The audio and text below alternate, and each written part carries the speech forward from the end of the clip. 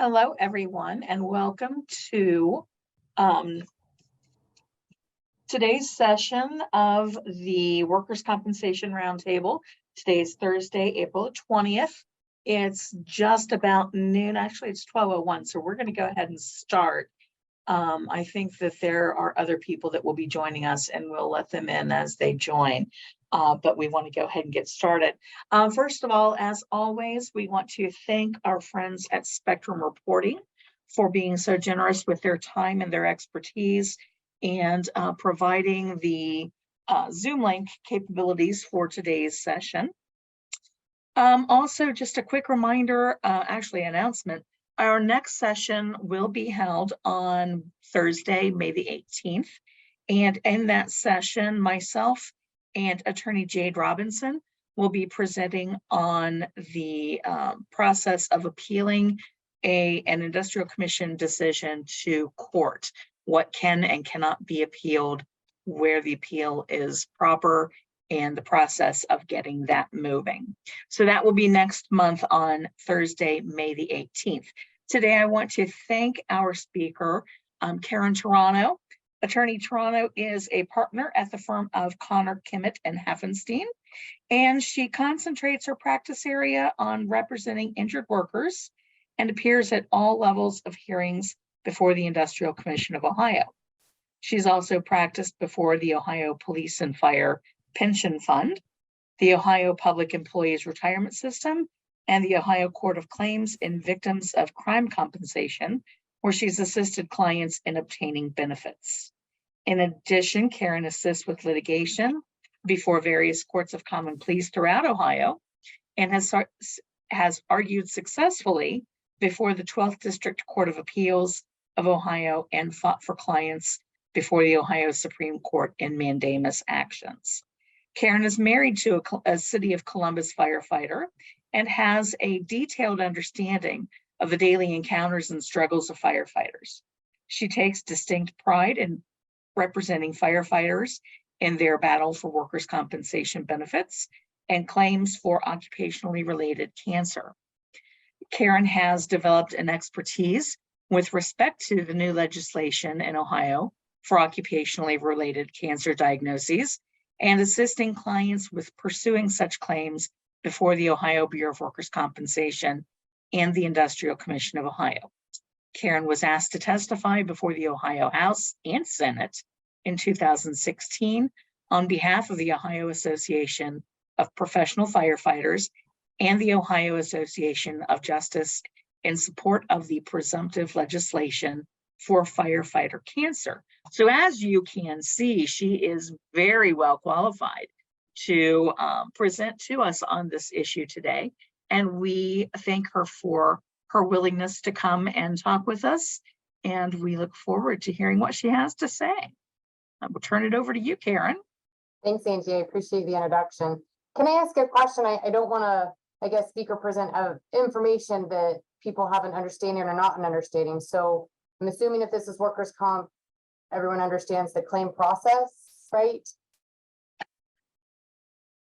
Start from square zero.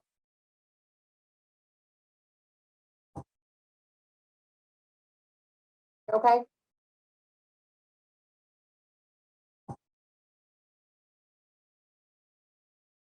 And Karen, just so that you know, I will monitor the chat, and as we go, if anybody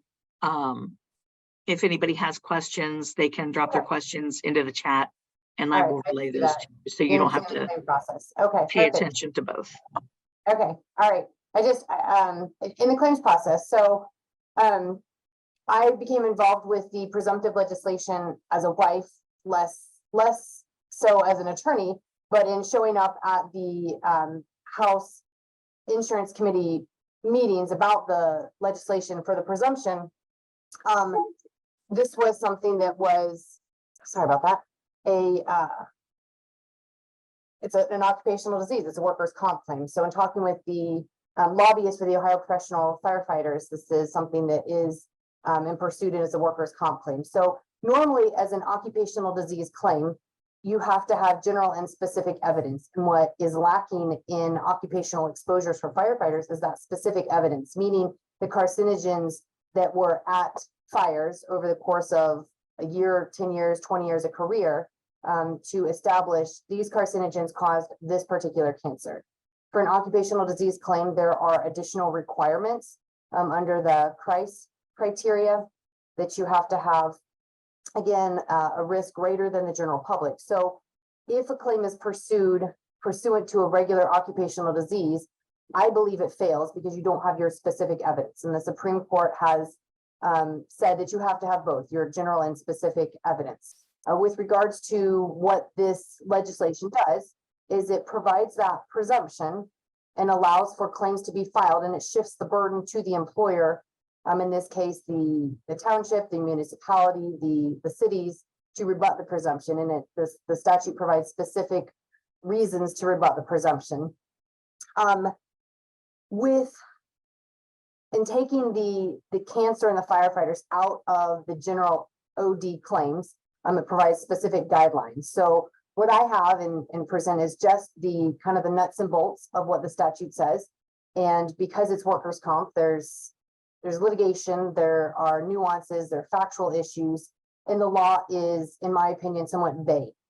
I've used that as a favorable avenue to argue in support of certain things, but it's not exactly clear as to what certain language in the statute says. So your OD statute is under 68X, is the specific presumptive statute. You have to have three things to satisfy the presumption. This is what 68X says specifically. So first of all, you have to have a firefighter. I've had questions, does this cover volunteer firefighters? Yes, it's not specific to professional versus volunteer.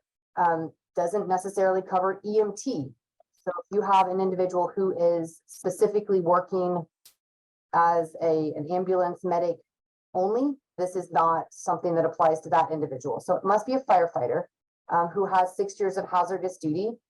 Typically, that's not a hard requirement when individuals have cancer, they've worked as a firefighter, and it can't be a desk job. It has to be a hazardous duty position, but that usually is satisfied with testimony.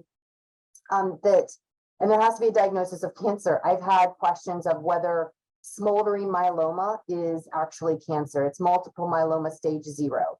So is that cancer? Is precancerous cells cancer? Because it says precancerous, is a tumor cancer? These are all questions that, sometimes there's a need to have medical evidence to define cancer stages specifically. So those three things I would say are your requirements. Then it shifts, and then the exposure to a group 1, 2A carcinogen. So if you have those things, firefighter, 6 years exposure and the cancer diagnosis, then it shifts the burden to the employer. And one of the questions with legislation, it can be argued and torn apart. And these are questions, does the 6 years, must it be consecutive? Do you have someone who worked 3 years, then took a desk position for 2 years, and then they went back and worked for a number of years? I believe, as long as you have that 6-year requirement, that you satisfy the presumption. There's hazardous duty defined as the statute notes. And then again, a volunteer or part-time firefighters qualify. I would argue yes, the statute is void of that it's not. So next you have, this is the C-265 form. So in filing a workers' comp claim for occupational cancer, the first report of injury is required. The causation element of the first report of injury is not. So when I file a claim, so I'll meet with a client and they'll say, I've been diagnosed with cancer. I'll go through and see if they satisfy the presumption. And then we'll go over this form and the specific group 1 and 2A carcinogens that are listed on this form. So again, if they satisfy that they have 6 years of hazardous duty, they're a firefighter, they have a diagnosis of cancer, we'll go over this form, because this form asks for the name, obviously the date of birth, if they last worked as a firefighter if they retired or resigned. There is an element that part of the rebuttal portion of the statute says, has it been more than 15 years since that last injurious exposure? So instead of the application of the presumption, that goes to the part where the employer can rebut the presumption. The C-265 form asks for the diagnosis of cancer. It asks for the provider who made that diagnosis, and it asks about the group 1, 2A carcinogens. I don't think I can make that bigger, but if a firefighter has responded to a house fire, car fire, trash fire, or structure fire, I would say yes, they have satisfaction of all of these carcinogens. So, and I always go over them specifically, so they know what they say they have exposure to, because some of them may or may not. So your arsenic and inorganic arsenic compounds, that's going to be in your pressed or pressure treated wood. I mean, you're going to find a lot of these carcinogens in other elements of smoke or soot, but these are just things of where they might come from. Your asbestos is going to be in your older building material. Your benzene, your butadiene, and your benzopyrene, these are going to be in your soot and motor vehicle exhaust. So if there's been a motor vehicle accident they've responded to, if there is a diesel engine truck that's assigned to their station, I always ask that because that engine starts when the bay doors are usually closed. Some firehouses have exhaust pipes that are supposed to hook up to the fire truck. A lot of times they don't work. A lot of times they're not hooked up. Some firehouses have exhaust fans, which may or may not turn on. You have cadmium, which is a corrosive resistant plating or covering on metals. So, aluminum siding, steel, cars, that's where you're gonna, I believe, find your cadmium. Your creosote is your tar in your roofing material. So again, if you've had a roof that's, or house or a building structure that's burnt, your diesel engine exhaust, that's somewhat self-explanatory. Your dioxin, this, when you look it up, it says a product of trash fires. So if you have a trash fire, it's the decaying material. When that combusts and burns, what is emitted is dioxin. Your formaldehyde is going to be in your cleaning products, your insulation. Your lead compounds are going to be in your paint, your batteries. When you think of a house or a building or a structure, I mean, things that are in a building aren't just wood materials. Obviously, you have plastics and glass and materials that are going to burn, which are going to emit carcinogens. Shift work, this circadian disruption, in and of itself, this doesn't cause cancer, but the inability for the body to have that, 7-8 hours of healing where the cells will repair themselves, when that doesn't happen, that's where you have the cancer. Again, what the research shows is you have the stress, you have oxidative stress, you have inflammation. This is this carcinogenous process.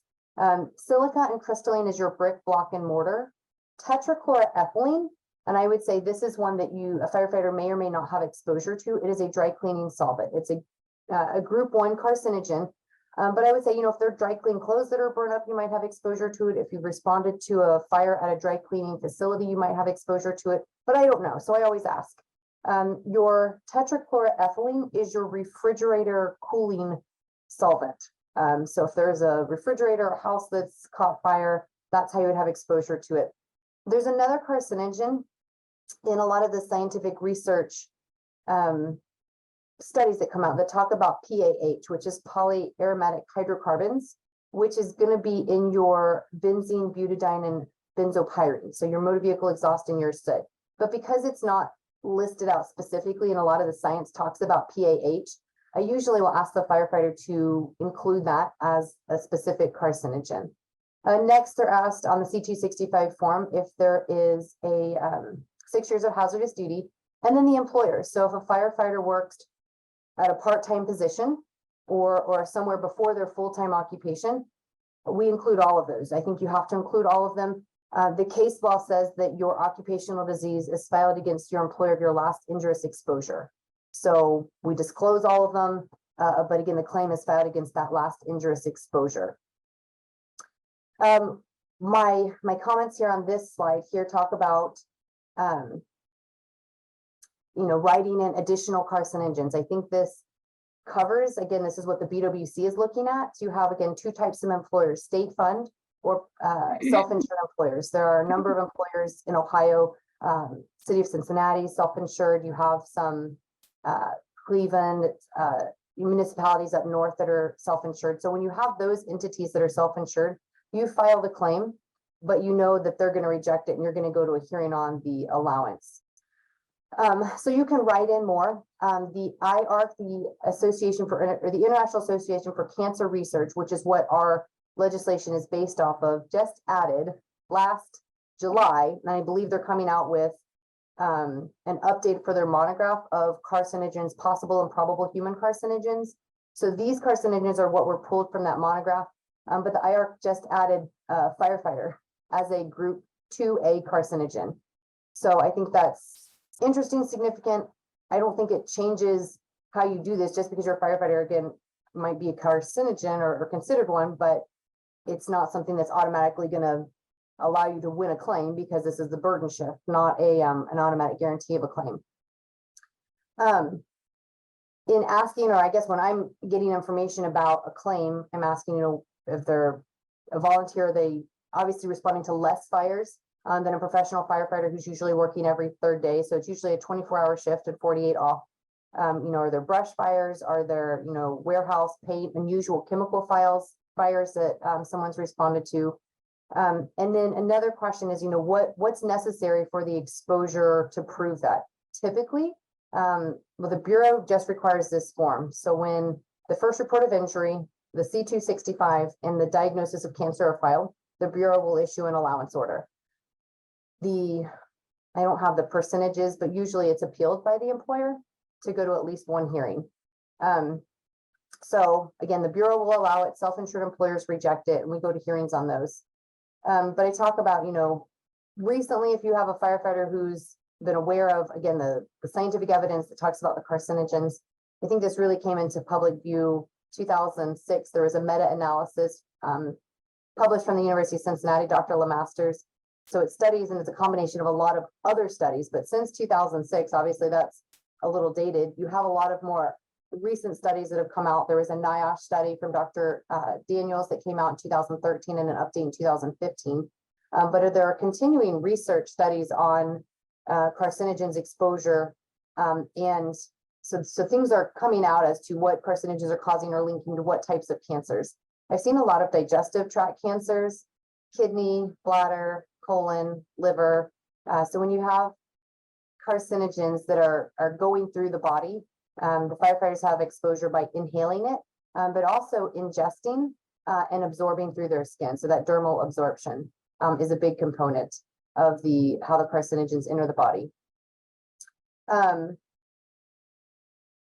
Here I kind of spelled out what's your carcinogens, and I just kind of went over them. Your all of what's listed on that C-265. Some questions I think I've had is, you know, can the cancer does it have to be active or can it be in remission? If someone's been diagnosed with cancer, again, the statute allows the claim to be filed. Sometimes the question is, what's the benefit of pursuing a claim? And that goes to the avenues of compensation. So if someone has had cancer and have already been treated for it, their insurance or Medicare is paid for those medical bills. What is challenging in the claims process is getting those bills submitted by the medical provider to the MCO for payment. That's been extremely challenging to try to get any provider. Again, you're dealing with an entity, and medical providers aren't typically workers' comp providers, but getting them to resubmit bills to another entity, the Bureau for payment, and that's quite difficult.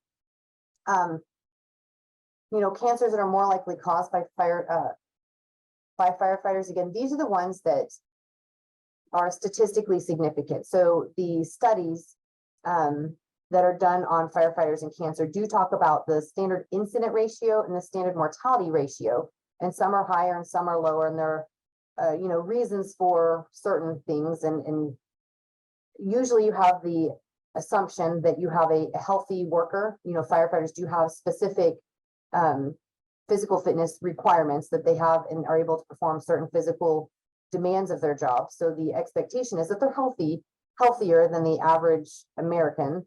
But then, you know, the question begs is, why are they getting so much or so many different types of cancer as well? So you have statistical significance. There was a recent study that came out that was highly associating bladder cancer with the occupation. But again, these are the ones that I believe are listed in the Lemaster study. And if you look at that study, the categorization is probable, likely, or unlikely, or possible. And just because it says possible or likely, Doesn't mean that it's not statistically significant. Again, there's some other factors that might cause, like if you look at the Lemaster's study under table 2, it talks about probable, likely, it says lung cancer is not probable, which I talked to a physician. I said, why is that? And it just has to do with the statistics and the statistical significance of firefighters that are contracting specific lung cancer.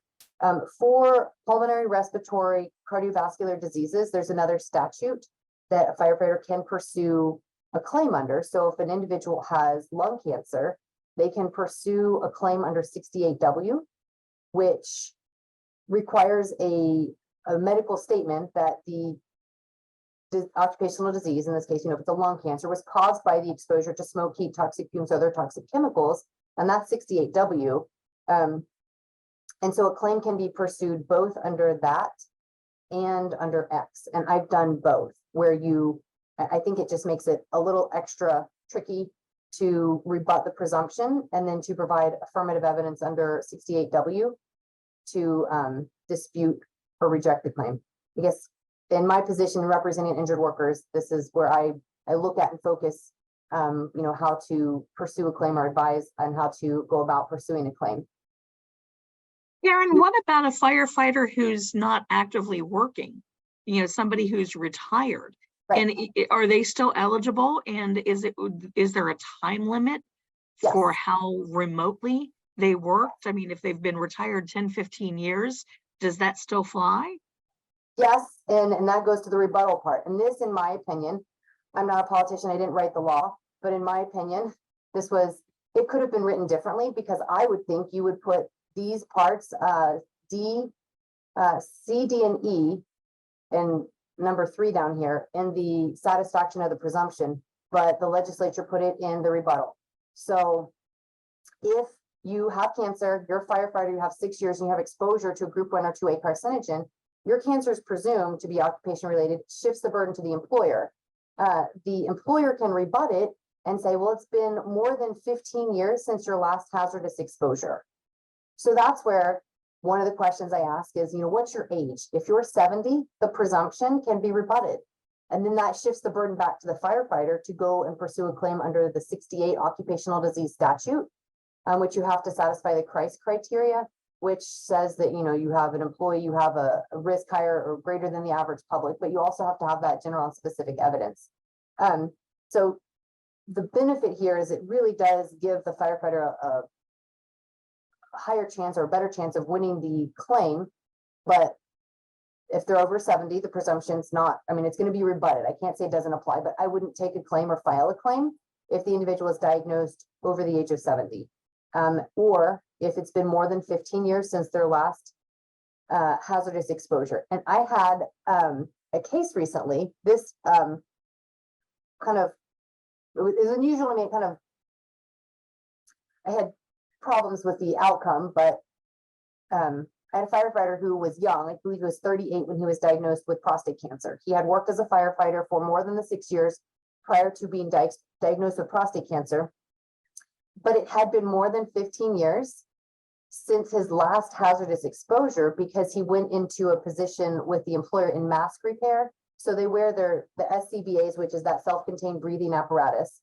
And so he hadn't worked as an active firefighter for 15 years, even though he had cancer. And that to me is like the gist of this is the point is that if it's been more than 15 years since your last hazardous exposure and then you get cancer, the employer can rebut it. But the employer was successful on this because that's not what the statute says. The statute says is if it's been more than 15 years since your last hazardous exposure, but then it doesn't say, and then you contract cancer. So the employer was successful in rebutting the claim there, because even though the firefighter satisfied the presumption, had been diagnosed with cancer, it had been more than 15 years since they last had hazardous exposure. And so the claim was denied. That kind of scratched my head. I didn't understand the purpose of this is not what was applied. But in any event, if the firefighter is 70 when they were diagnosed, and I've had, that smoldering myeloma diagnosed at age 69, is smoldering myeloma cancer, or is it not? So, but mainly under the rebuttal part is A and B. So under A, there has to be evidence that the firefighter's exposure outside of the official duties to cigarettes, tobacco products, or other conditions. The other conditions language is very vague, it's ambiguous. There are lots of things that have been brought up as being other conditions. And that also has to be an extremely high risk for the development of this cancer and was probably a significant factor in the progression of this cancer. So that's a lot to kind of splice out. So the tobacco exposure, if there's a firefighter who smoked or has tobacco exposure, the claim, in my opinion, is going to be rebutted. It's going to shift the burden back to the firefighter. And we're going to, potentially pursue that claim under 68, just that regular occupational disease standard. I've had employers argue secondhand smoke as a child was a significant factor in the cause of progression of the cancer, which has been successful in some areas of the state. So you have your hearing locations. Cincinnati's very conservative hearing office. Up north, Cleveland, Youngstown, Toledo, claims are, those are more successful. The biggest part of this 2A is other conditions. And what is an other condition? And is that a risk factor? I've had the employers, they'll get a medical report and then it'll talk about this other condition being obesity, age, race, male. Specifically, they said being male was a condition which presented an extremely high risk for prostate cancer. It's actually a requirement. Women don't have prostates. You must be male. So people, the doctors will say someone's obese when their BMI is like 28. And that to me, again, kind of blows my mind that someone who wears a size, 30, 32 pants considered overweight. And I don't think that satisfies the other prong of this. It has to be an extremely high risk for the cause of progression of this cancer. But it's still an argument that's made. So conditions that I've seen, sun for melanoma. The full commission has addressed this specifically. There aren't a lot of full commission member decisions. I just looked at this yesterday because I have a presentation in May that I'm working on. So there are 13 that address firefighter cancers, but the full commission has said sun, gender, age are not going to satisfy this other condition to rebut the presumption. The sun applies to everyone. I mean, if you say the sun is the cause of melanoma, which it can be, but there's also a statistical significance of melanoma and skin cancers for firefighters that is above the general public population. I've had individuals, again, their melanomas are in unusual places, like the top of their shin or in the middle of their back. And they're not someone who, they don't tan, they don't, go outside without their shirt on. So not unusual high sun exposures to, and it's certainly a place that's not readily exposed to the sun, not, I mean, sun does cause, UV exposure does cause melanoma.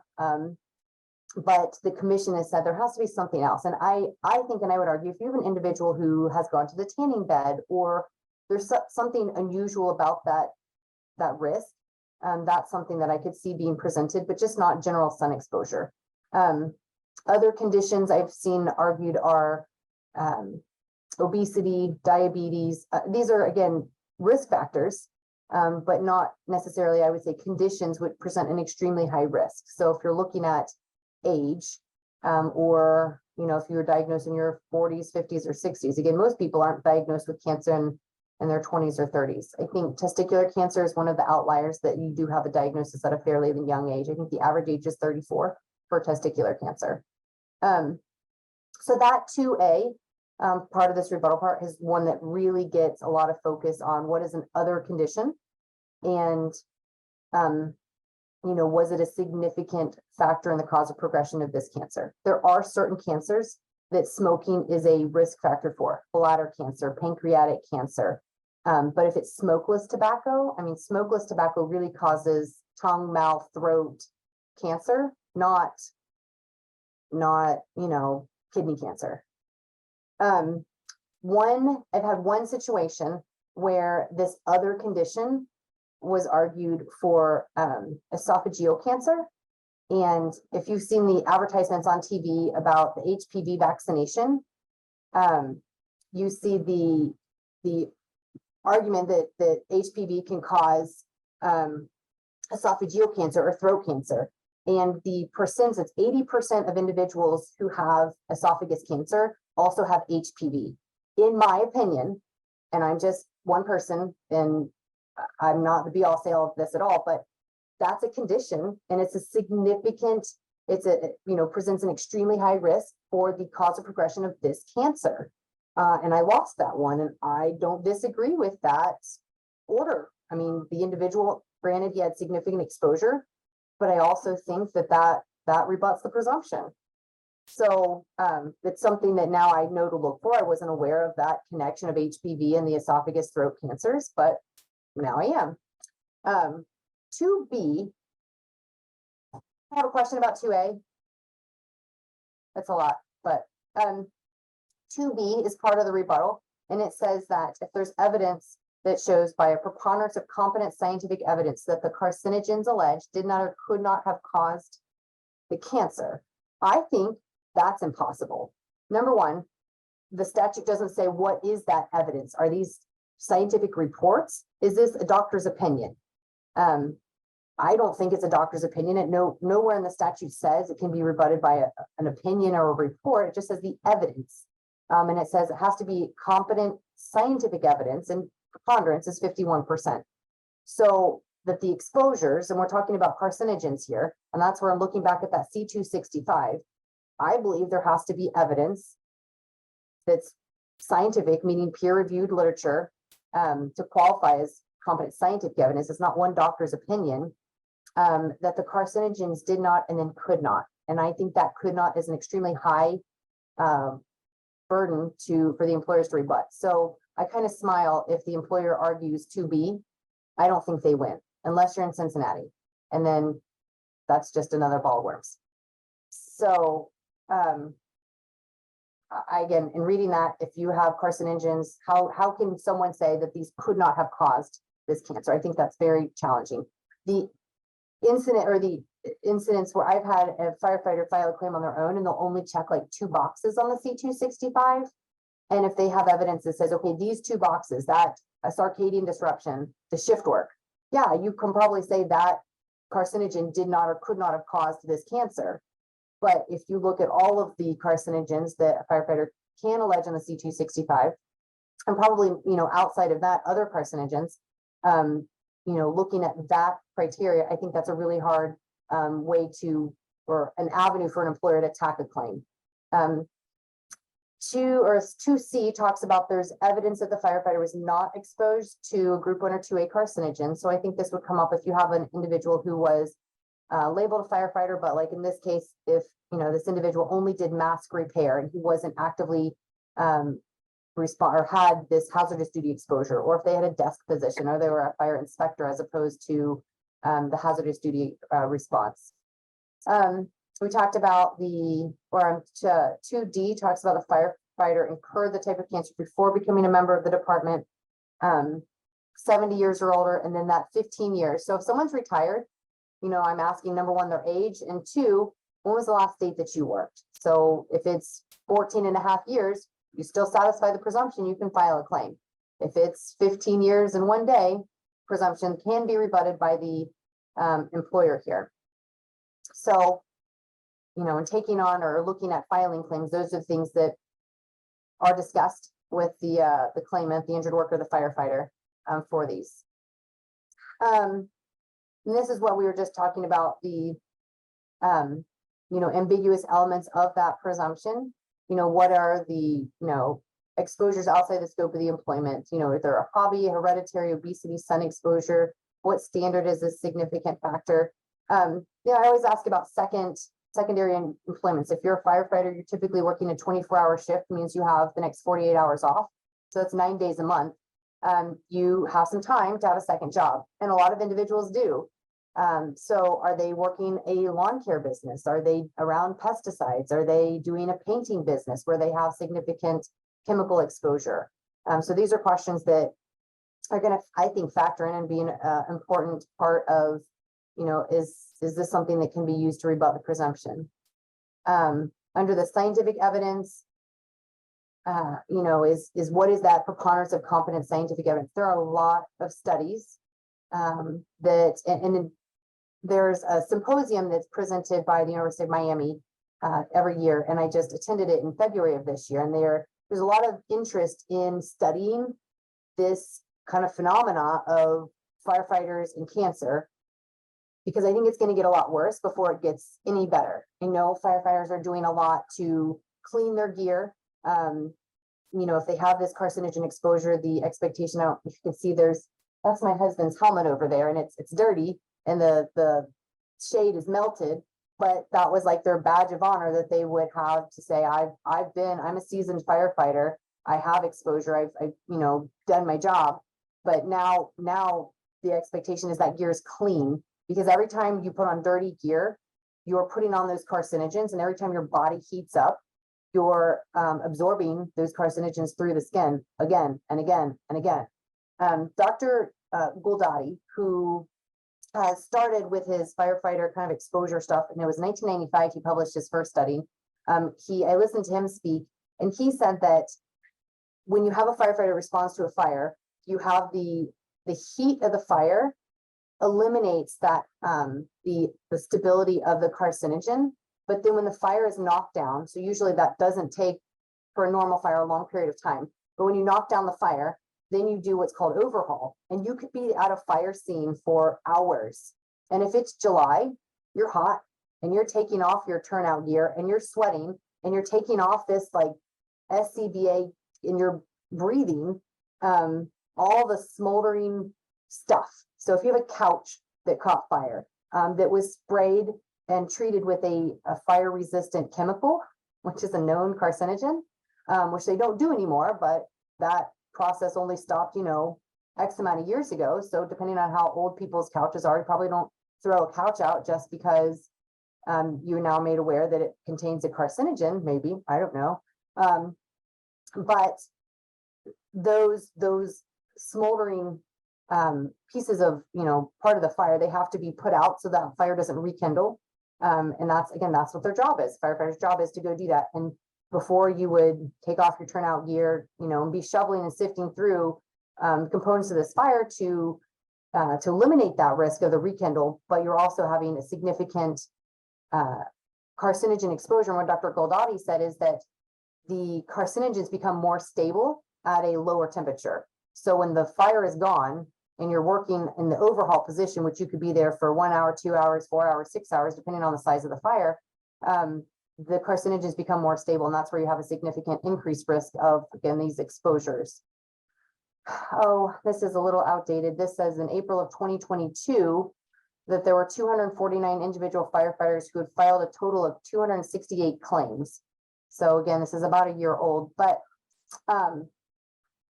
firefighters unfortunately get multiple cancers. So I have a firefighter who was diagnosed with testicular cancer, filed a claim was allowed, then was diagnosed with melanoma in his eye, filed a claim allowed. So that particular firefighter has 3 claims for 3 different types of cancer. So that it would explain that. The Bureau has approved a lot of these claims, and it's the employers that are disputing, filing appeals. Then they go through the administrative process. So that's just the update, statistical update from 2022. And this shows that there have been 65 claims that had been denied. From my understanding, the claim denials are for the cancer not being diagnosed, or you know, parts of the, you know, what can be rebutted if there is that tobacco exposure element. The Bureau was not in support of the presumptive legislation. They were concerned that the cost of the claims was going to be millions and millions of dollars. And so in 2022, again, this is last year, but still the effective was April of 2017. So certainly 5 years after this, the total benefits was less than 20 million. So it wasn't outrageous, but what I said at the beginning, a lot of I don't think this is an accurate reflection of what's been paid for cancer treatment, because a lot of what I find is I can't get providers who provide treatment, get paid by insurance, then are asked to resubmit a bill because now the claim's allowed, even though like a thyroid cancer treatment usually is surgery, medication. But you don't delay that 6 months to wait for a claims process. So if you have that and the claim ultimately gets allowed 8 months later, and it's really difficult to get a provider to go in and rebill to have it paid in the claim. So I think that would explain why your medical bills are so low. This was just that fire was for a Columbus firefighter who passed away from pancreatic cancer.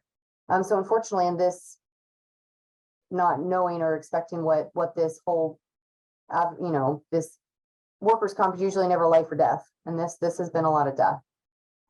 These are some of the studies. There's this Jillian study from 2019. There's a Korean study from 2016. The NIOSH from 13 and 15 I mentioned. The LeMaster study. Again, there are and there will be more studies that are going to come out. And when we were talking about the cause of cancer, again, I don't believe the scientific community says, well, it's random or it's just bad luck. And there are specific things and changes in your body at the cellular level that cause cancer to develop. And it's the oxidative stress, the inflammation that are going into this. I included, you have some other statutes that have presumptions. So different states have treated presumptive legislation differently. Some states list specific cancers. Some states have other requirements. Some states in Florida, I was talking with an attorney down there, and he said that you can file a claim outside of the workers' comp arena and you get like a $25,000 payoff, and that's what you get. But that is a drop in the bucket if you have, surgery, chemo, radiation. I mean, if this is something that is going to last for years, potentially, that's a very inadequate compensation. Under 68X, what you're entitled to is a temporary disability, permanent disability, wage loss, and a death award, which is not obviously for the firefighter, it would be for the dependent spouse or children. I think that's all I have about the presumptive statutes in other states. Again, there are some that are, again, like Connecticut lists specific cancers, and you can have, again, the limit to what the benefits are. I think Ohio's done an okay job with what it is. I don't think it's perfect. It has allowed for obviously benefits to be paid for firefighters, but it's not been a quick and easy process. I have 2 cases right now that have been filed in the Court of Appeals on a mandamus issue because of specifically that 2A, where an employer used a doctor's report to rebut presumption, and a hearing officer says, yes, this is rebutting the presumption. But the full commission said, no, this doctor's report does not rebut the presumption. So it's more of a continuing jurisdiction argument, whether or not the full commission had continuing jurisdiction to reweigh the evidence is what the employers argued. But again, that decision has yet to be made by the magistrate. Are there any questions? I had one. Does the Bureau ever, I apologize for my dog. Does the Bureau ever allow claims that are filed later than 15 years? I've just seen one recently where it was 19 years since he retired and he was diagnosed 19 years later and then filed a claim. Do they ever allow those? The official has been allowed, but. So, I mean, the Bureau might say, employer, it's your burden to rebut it. Again, that's where I think these requirements, if this is what the legislation negotiated, like originally, the proponents for this wanted it to be 3 years. And the municipality and the employers came back and said, no, we won't agree to anything less than 9 years. And then when you talk with the medical community, they said, I don't know if I can support a 3-year exposure or, hazardous duty exposure. I don't think the Bureau, if they know, and if you put on the C-265 that you last worked and it's 19 years, I think that they would deny the claim, saying the presumption would be rebutted based upon the fact that it's been 19 years since the last hazardous exposure. Okay, thanks. And I don't know if the Bureau would say presumption applied and, you know, employer, it's your burden to rebut it. But I think that again, if you don't have the satisfaction of the requirements of the statute, because it's been longer than 15 years. And there used to be, it depends on when the diagnosis was, because there was the original statute. It used to be 20 years. That 20-year lasted for a very short period. So the statute was effective April 3rd of 2017. And then there was an amendment to the statute, which became effective in 2017, but in September. So under the hearing officer memos, if you're familiar, if anyone's familiar with those, C1 is the memo that addresses W and X. And it says that the hearing officer or the presumption may be rebutted with affirmative evidence, but then includes the language of the statute. So it used to be 20 years, and now it's 15. So if that firefighter was diagnosed with cancer and it falls within that short window, it used to be 20, now it's 15. Okay, thank you very much.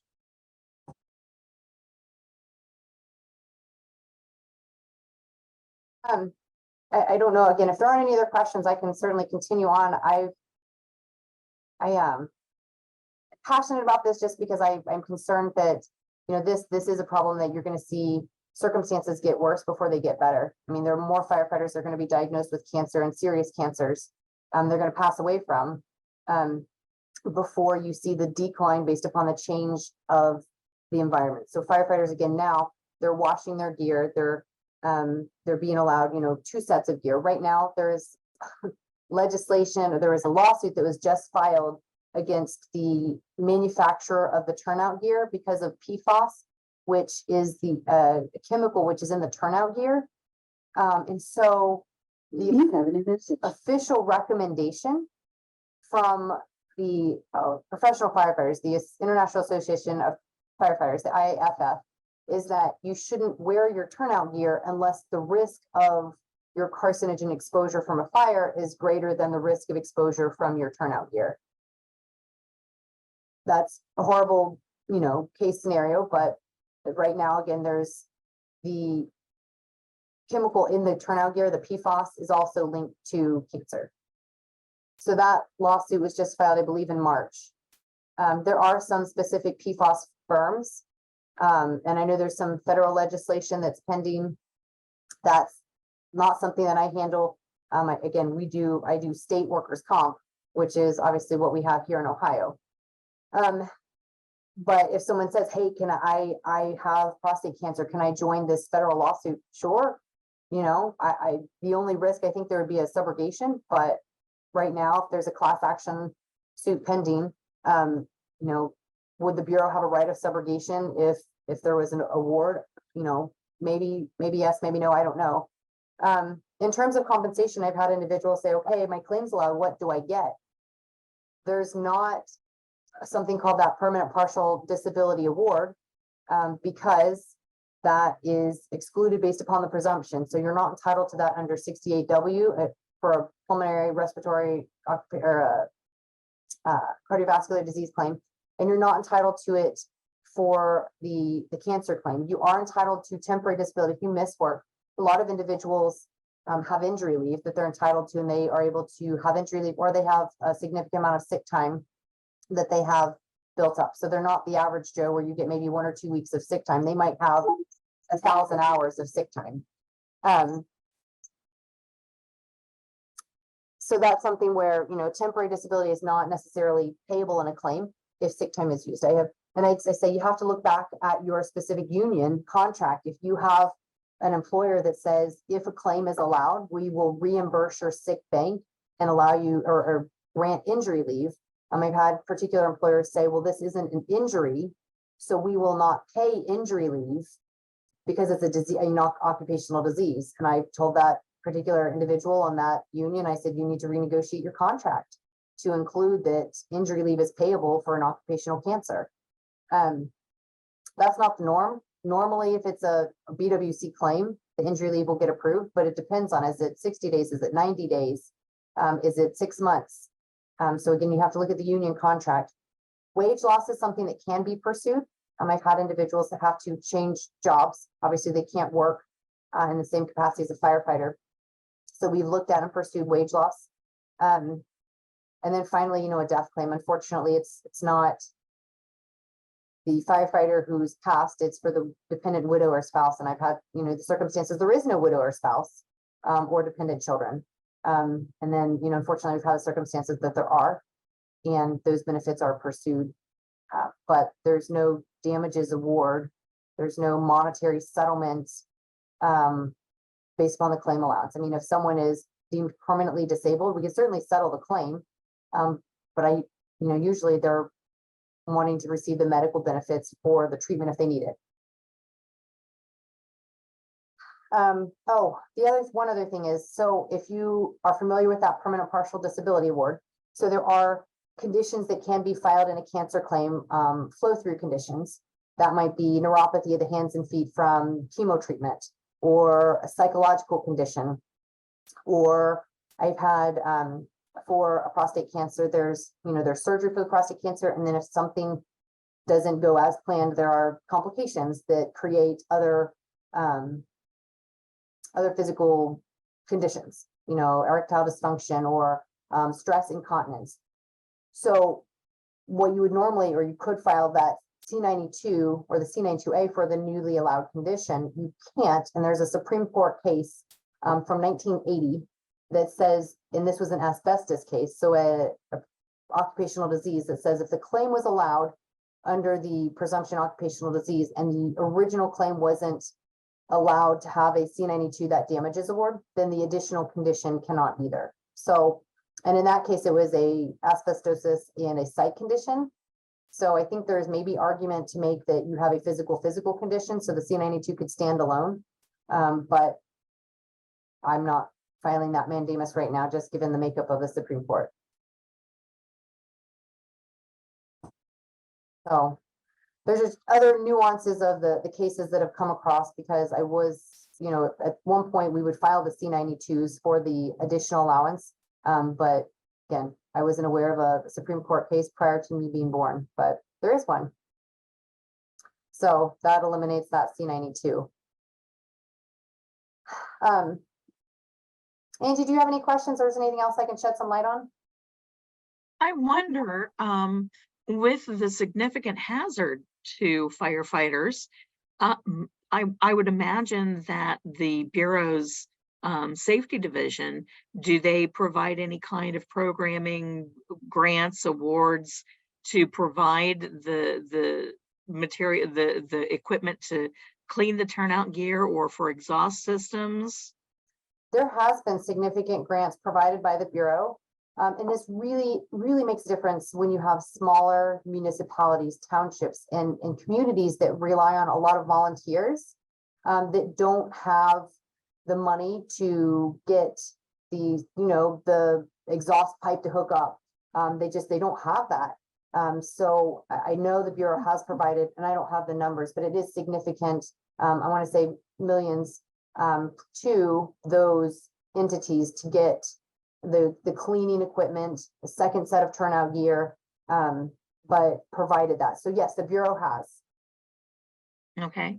And you know, that brings another question. Volunteer firefighters, even though they're not paid, are they treated equally under these statutes? Applies to professional and volunteer. And if you have the volunteer, the employers will sometimes, you know, want to look at, well, what is the main job? Do you have other, you know, exposure risk factors from that main job? That, you know, you're a volunteer, do you have less runs? So sometimes we have to look at and try to find run reports. So they should all be public information. You can request run reports from the state fire marshal's office. And I do that somewhat regularly to, usually you just have to have the exposure report from testimony from the firefighter, but you can grab and request those records, those public records from the state fire marshal's office.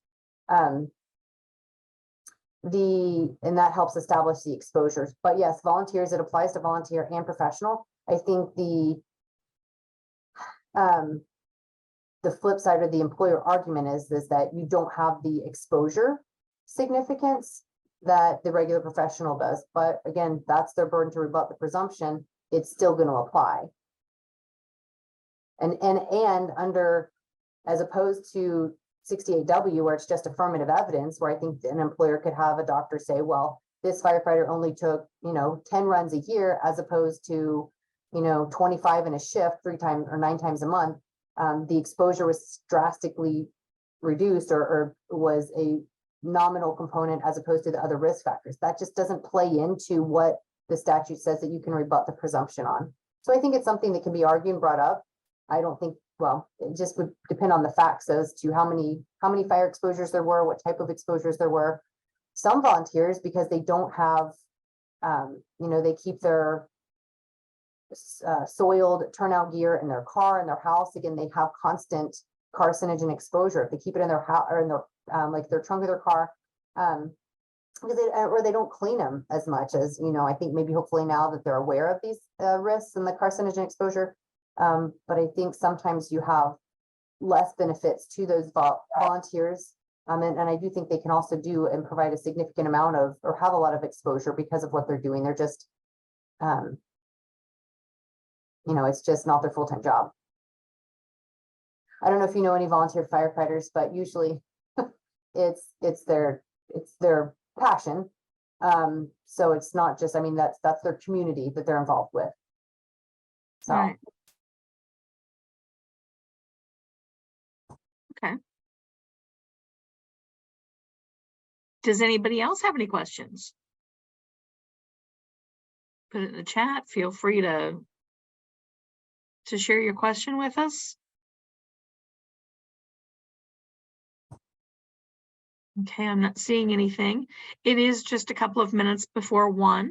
Karen, I thank you again for joining us today. This was fascinating. For me personally, my dad is a retired firefighter. And so I've grown up around firefighters my entire life. So this was particularly interesting to me. But we thank you for being here, and thank all our members for their time in attending today. Don't forget, we will have next month's event up on the calendar in the next couple of days, so you can register for that. And again, if you missed it, next month on May the 18th, myself and Jade Robinson from Eastman and Smith's Toledo office will be presenting on the nuts and bolts of appealing an industrial commission decision to court. That will be again on May the 18th, and we hope to see you there. Thanks so much, everyone. Have a great day. Thank you.